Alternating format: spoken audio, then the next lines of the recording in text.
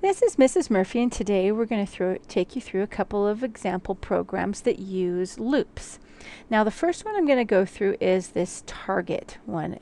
And when you first run it, it doesn't look like much. It just draws a red circle. But every time you click on the window, it adds another ring to make it look kind of like a target. So that's pretty much what this does. Now, this uses a loop to iterate through and draw all of these rings. So let's kind of take you through this code. This one's called target.java. And when you open it, you're going to see we have a private variable for the number of rings. And when it first runs, it is indeed drawing one ring. Now I'm going to skip the draw just for a minute and take you down to the mouse press, because every time someone clicks on the window, it adds another variable, and that adds another value, another one digit to the rings. So first time it draws one, then you click, it's going to draw 2, 3, 4, and it's going to keep counting up from there. That's what that variable is going to be. Well, in this particular program, we know the number of times we need our loop to iterate. We need it to iterate I rings amount of times, and each time it will draw a ring through that iteration of the code. So let's kind of show you how this works.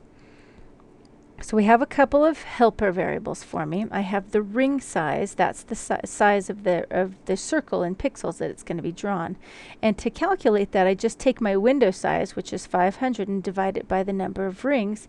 So each circle that I'm going to draw is going to be a fairly relative size, the same distance apart.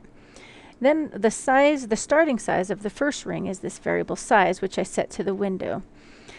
Now here's the little magic part. This is the for loop.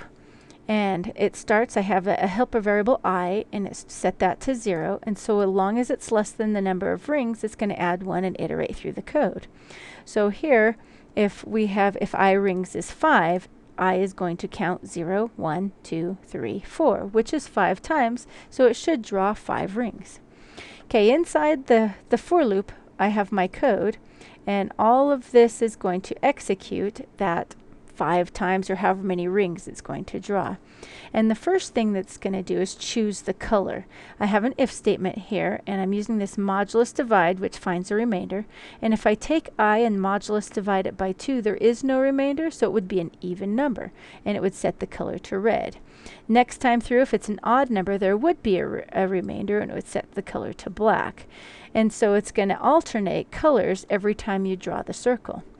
Now we also have to adjust the size of the circle. So the very first time through this code, I is 0, and it does the fill oval, and I times the ring size, since 0 is I, it's going to give us 0 and 0 for the X and Y of where it's going to be drawn, and then 500, 500, so it's going to fill up the entire window with the first ring.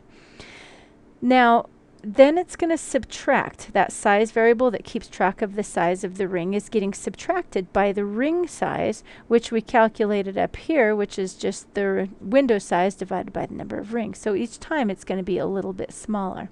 So then it goes through at when I is 1, and it's going to come and draw a black circle this time. Now this time it's going to draw I is 1 times whatever big my ring size is. So here, if I am drawing 5 rings, 500 divided by 5 would give me a ring size of 100 pixels each time. Well, I'm going to take half of that. That's why I have this divide by 2. So I'm going to have 50 pixels on one side and 50 pixels on the other side before I draw the circle. And then my size here. Then once again, it gets the ring size smaller, and it keeps going through until the very center ring is drawn, and then once it's drawn all the rings, it falls out of the loop.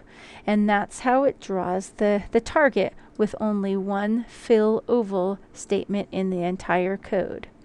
Now once again, just to reiterate, you want to use a for loop when you know the number of rings, or not the number of rings, when you know the number of times you need your code to repeat.